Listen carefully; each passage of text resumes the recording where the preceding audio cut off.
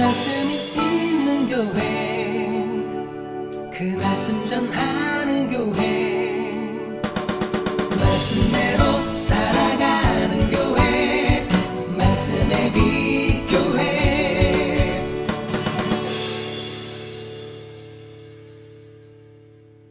자, 오늘은 차이를 만드는 것이라는 제목으로 함께 말씀을 나누고자 합니다. 아내가 올린 아침 묵상글과 내용 크게 다르지 않은 것 같습니다. 젊은이를 향한 이 솔로몬의 15개의 강화가 계속 이어지고 있죠. 오늘 그 마지막 15번째 제15강화입니다. 젊은이들을 향해서 솔로몬이 교훈하고 있는 건데요. 가장 많이 반복됐던 건 뭐냐면 음녀를 조심하라는 거예요. 음행. 사실은 간음을 의미하는 거기도 하지만 조금 더 우리가 깊이 보면 세상의 유혹을 의미합니다. 오늘 젊은이들이 이 음녀의 유혹에 되게 약하죠. 기본적으로는 그걸 의미하지만 조금 더 나아가서 오늘 우리에게 주는 교훈은 세상의 가치, 그러니까 바벨론으로 상징되는, 애굽으로 상징되는, 로마로 상징되는 세상의 힘과 가치와 능력을 조심하라 라는 말씀입니다. 그래서 솔로몬은 이러한 강화들을 마감하면서 자신이 이제껏 교훈했던 지혜의 말씀을 잘 따르기를 원하면서 지혜의 초청과 음녀의 초청, 발음이 그러네. 지혜의 초청과 음녀의 초청을 비교해서 말하고 있고 또 그에 따른 상반된 결과에 대해서 오늘 본문에서 말씀하고 있습니다.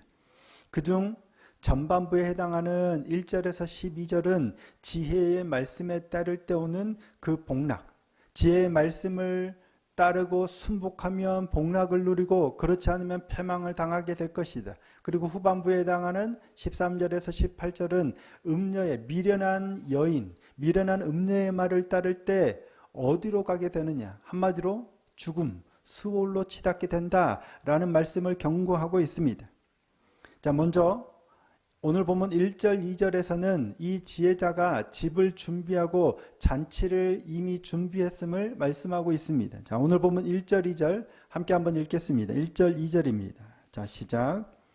지혜가 그의 집을 짓고 7 기둥을 다듬고 짐승을 잡으며 포도주를 혼합하여 상을 갖추고. 여기 사용된 단어들, 집을 짓고 기둥을 다듬고 짐승을 잡고 포도주를 혼합하고 상을 갖추고, 이때 사용된 단어들이 모두 완료형으로 쓰였다는 거예요. 히브리어 문법에서 완료형으로 쓰였다. 완료와 미완료가 있는데 완료형으로 쓰였다는 건 이미 이것들이 다 완료됐다는 거예요. 끝났다는 거예요.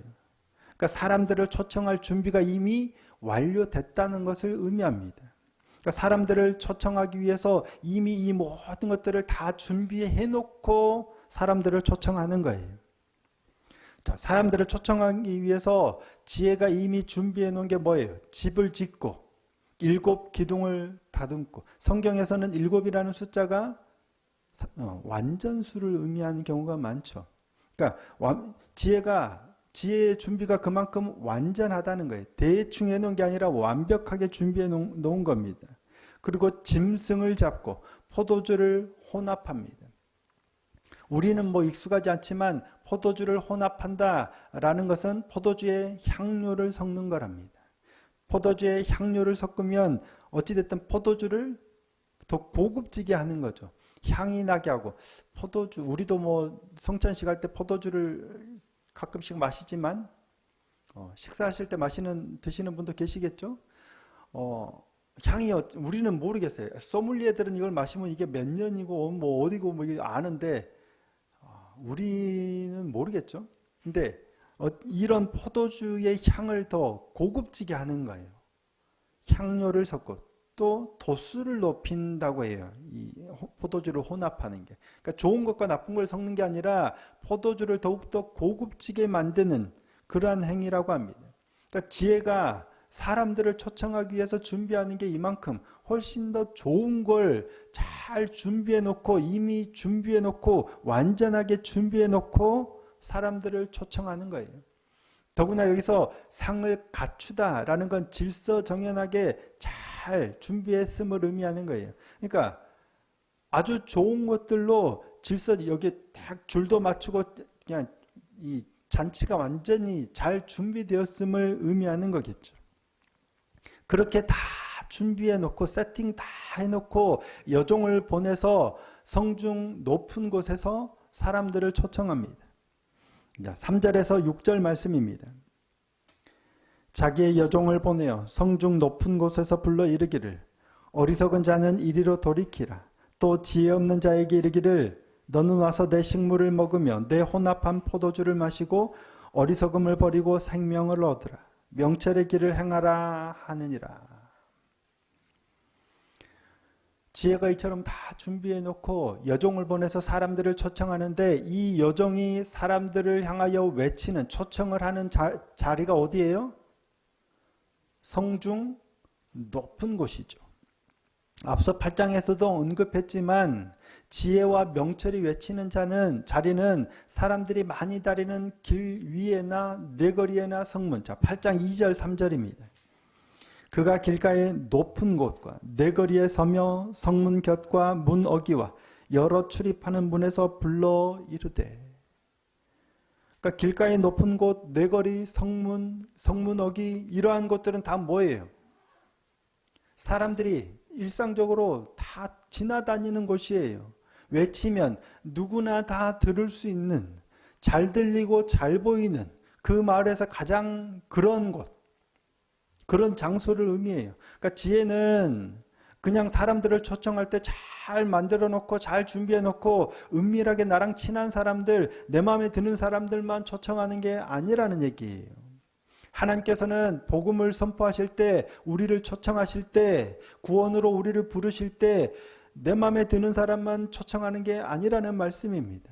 모든 사람이 다 들을 수 있고 다 볼 수 있는 곳에서 큰 소리로 외치는 거예요. 근데 놀라운 건 뭐냐면 음녀가 외치는 자리도 동일하다는 사실. 사실은 이전에는 음녀는 뭐예요? 어두운 밤 으슥한 골목에서 지나가는 청년 잡아다가 속삭여서 유혹을 했었잖아요. 그런데 미련한 음녀가 오늘 본문에서는 보니까 동일한 장소에서 사람을 부르고 있습니다. 자, 14절입니다. 자기 집 문에 앉으며 성읍 높은 곳에 있는 자리에 앉아서. 자기 집 문에 성읍 높은 곳에. 그러니까 지혜가 여종을 보내서 지혜와 명철이 사람들을 부르는 그 자리에서 미련한 음녀도 지금 미련한 여인도 사람들을 향해서 외치고 부르고 있다는 사실이에요. 원래는 으슥한 곳에서 아무도 모르게 유혹했던 게 음녀인데 이제는 아예 대놓고 공공연하게 외치고 있는 거예요. 마치 요즘 뭐 신천지도 그렇죠. 예전에는 신천지인지 아닌지 우리가 되게 조심했어야 됐잖아요. 누군지 모르니까. 은밀하게. 근데 요즘에는 아예 대놓고 교회를 찾아와도 신천지라고 드러내놓고 얘기하고 그런다고 해요. 저한테는 아직 안 왔는데.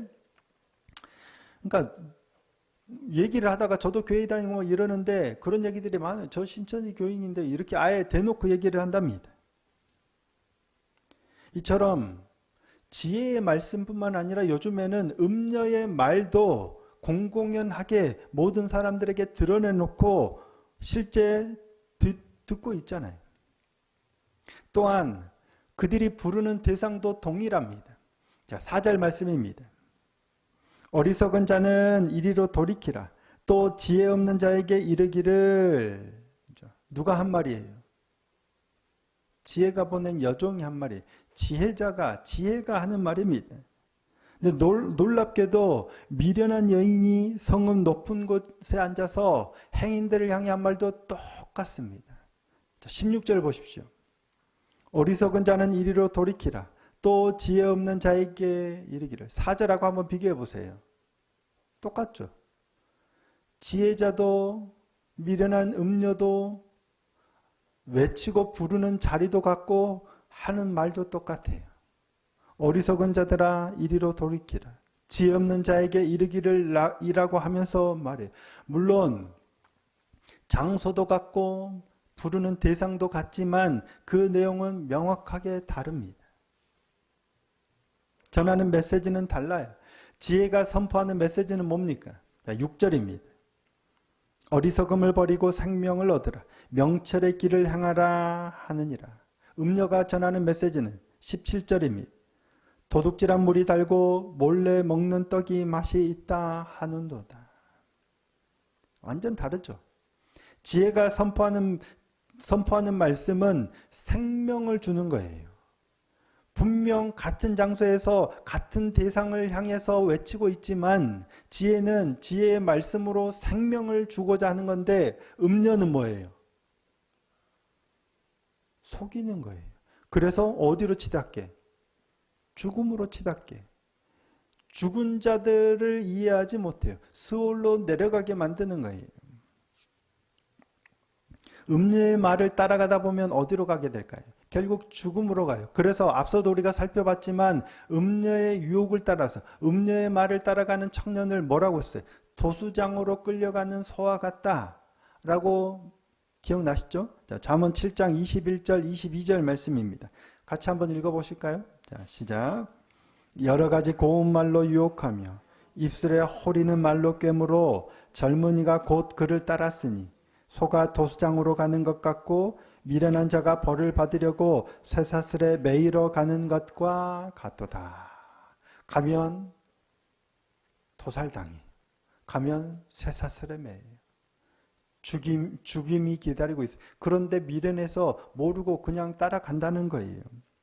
음녀의 말을 따라가는 길은 명백합니다. 죽음입니다. 수월입니다. 지혜의 말을 따라가는 길도 명백해요. 생명입니다. 차이가 명백하죠. 어느 길을 따라가시겠습니까? 누구의 말을 따라가시겠어요?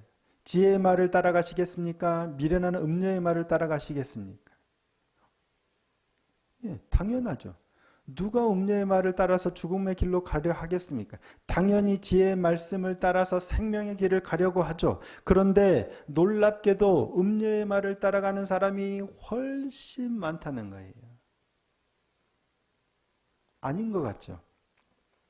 어느 길로 가야 하는지, 누구의 말을 따라야 하는지 너무 쉬운 문제잖아요. 더구나 누구는 은밀한 곳에서 조용히 말하고 누구는 다른 사람들에게 말하는 게 아니에요. 동일한 장소에서 똑같이 다 들을 수 있게 똑같은 사람에게 동일하게 선포돼요. 쉽게 분별할 수도 있어요. 누구 말이 옳은지, 누가 생명을 주는지, 누가 죽음의 길에 이르게 하는지 모르지 않아요. 그러면 당연히 지혜의 말씀을 따라가야 될 것 같은데 이상하게도 음녀의 말을 따라가는 경우가 훨씬 많더라는 거예요. 이렇게 미련한 경우가 어디 있어요? 모르는 것도 아니고. 근데 왜 그럴까? 이유가 뭘까? 그 길이 넓어 보이기 때문입니다. 음녀의 말을 따라가는 길이 넓기 때문이에요.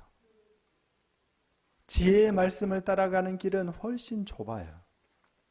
자, 마태복음 7장 13절 14절입니다. 좁은 문으로 들어가라. 멸망으로 인도하는 문은 뭐예요? 크고 그 길이 넓어 그리로 들어가는 자가 많고 생명으로 인도하는 문은 좁고 길이 협착하여 찾는 자가 적음이라.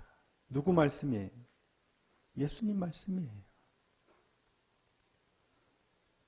분명 저 길을 따라가면 망하는 길인데 그 길은 넓어요. 그래서 사람들이 그쪽을 찾는 사람은 많아요. 생명으로 인도하는 길이 분명히 이쪽으로 가야 생명이라는 걸 아는데 그 길은 좁아요. 그래서 찾는 자가 적어요.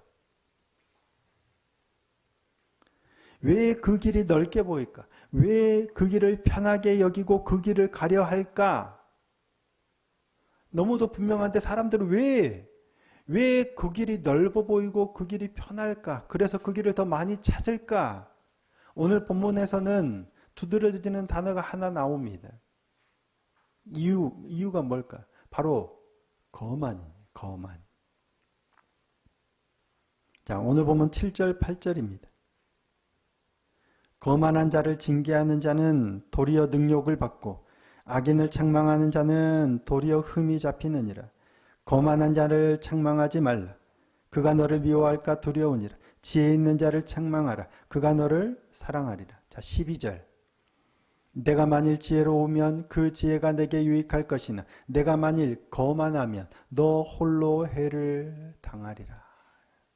거만하면 훈계 듣기를 싫어합니다. 거만한 자는 훈계의 말을 듣지 않고 징계와 책망을 싫어해요. 그것이 자신을 살리는 길이라는 사실을 외면해요.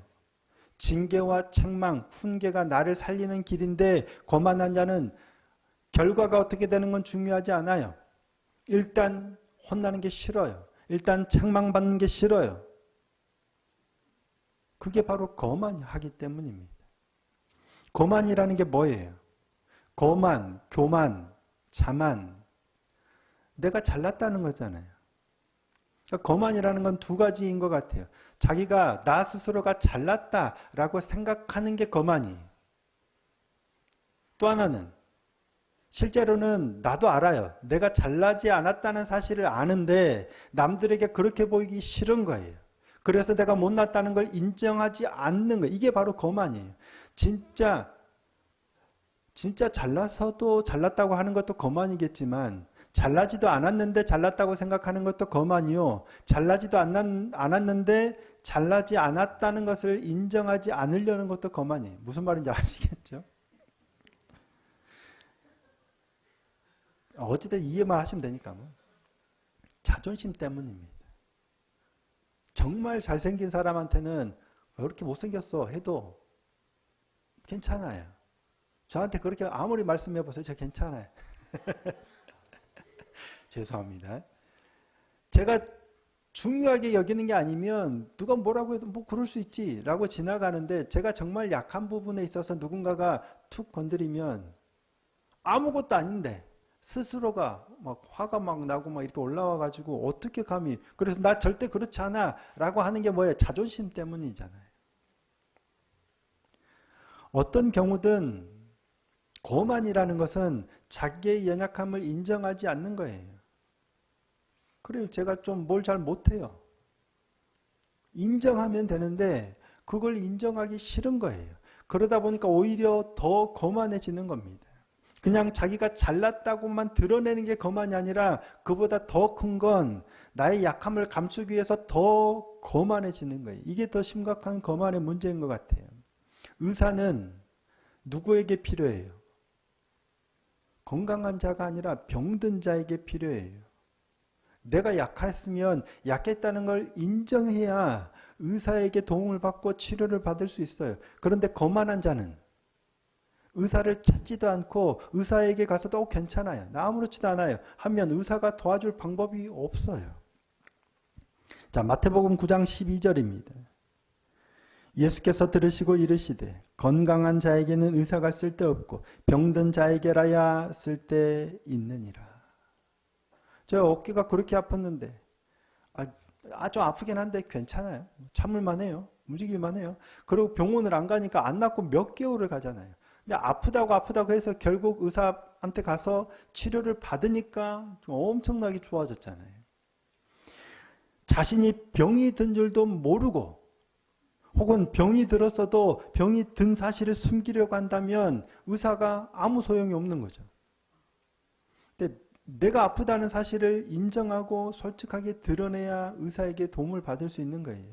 마찬가지로 나의 약함을 솔직하게 인정하고 드러내야 도움을 구할 수도 있고 도움을 받을 수도 있는 겁니다. 인간은 에노스, 창세기 4장에 보면 에노스라는 말이 나와요. 이 말의 원래 이 단어의 의미는 뭐냐면 죽을 수밖에 없는 존재라는 의미입니다. 창세기 4장 26절입니다. 셋도 아들을 낳고 그의 이름을 뭐라고 했어요? 에노스라 하였으매 그때의 사람들이 비로소 여호와의 이름을 불렀더라. 셋이 아들을 낳고 이름을 에노스라고 지었어요. 근데 셋의 아버지가 누구예요?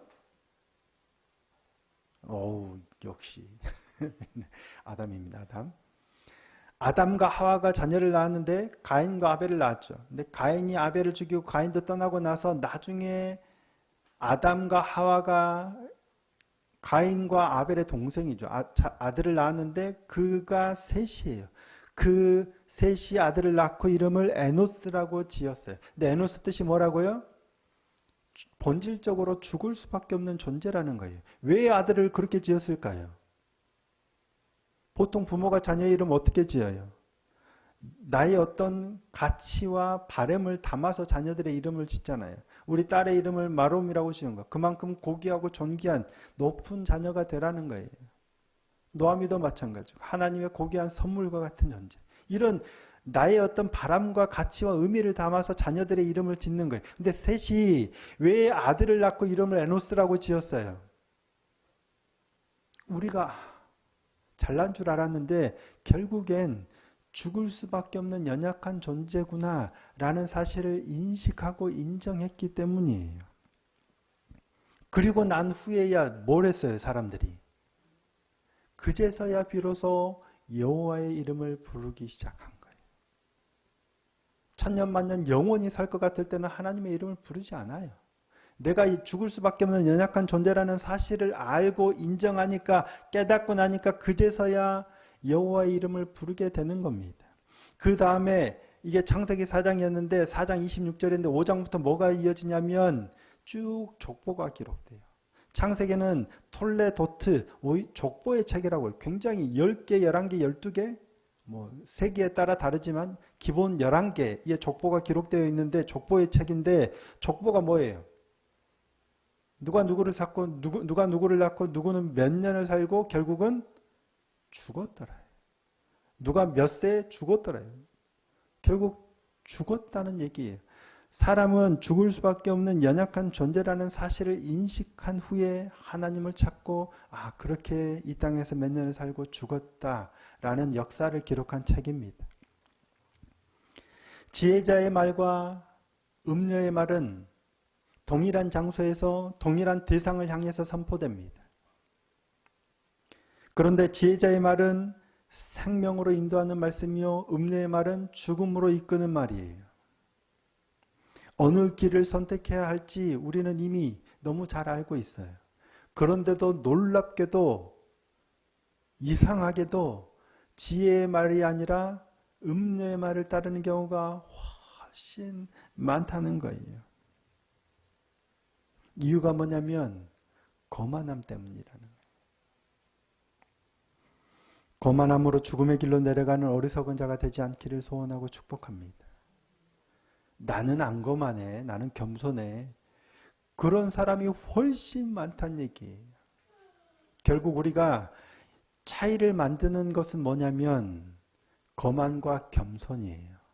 거만과 겸손의 차이는 어디서 오냐면 내가 어떤 존재라는 사실을 인식하고 인정할 수 있느냐의 문제인 것 같아요.